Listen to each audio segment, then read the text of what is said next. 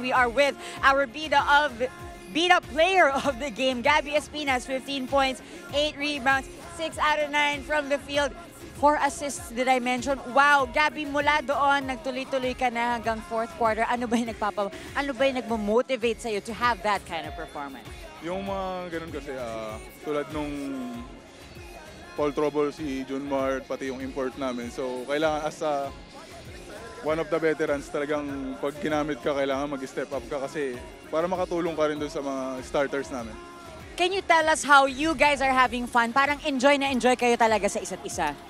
Actually, nagsisimula sa dugout pa lang bago mag-start yung huddle ni coach. Talagang sobrang lakas ng music, tapos kulitan lang ng kulitan sa loob. Pero pag nag-huddle na si coach, talagang focus kami kasi sayang yung pinaghihirapan namin sa practice kung matatalo lang kami. Teka, Gabby, ano ba ibig sabihin nito? Gawin mo nga. Yung ganun ni Charles, parang wag kang haharang kasi mapapahiya ka lang.